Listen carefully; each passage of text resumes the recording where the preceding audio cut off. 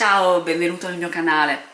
Oggi ti mostrerò un semplice metodo per eliminare il calcare che si forma nel rubinetto con un semplicissimo metodo.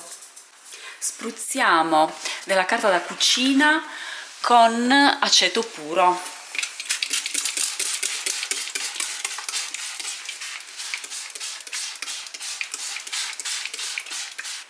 E avvolgiamo il nostro rubinetto.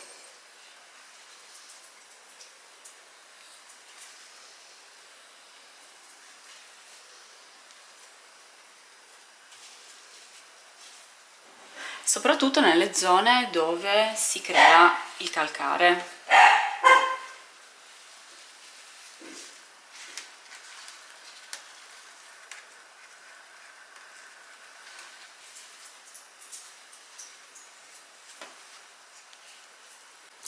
Per potenziarne l'effetto lo avvolgerò con della pellicola.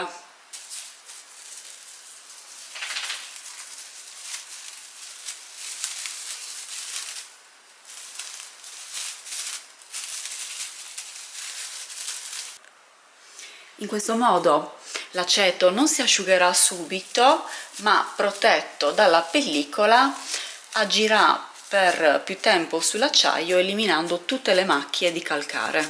Possiamo lasciare agire da un minimo di un'ora a un massimo di 7-8 ore, quindi lo possiamo lasciare agire anche tutta la notte.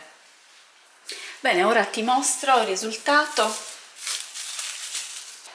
Io l'ho lasciato solo un'ora perché nel mio caso non era molto incrostato e lo asciugo con un panno in microfibra.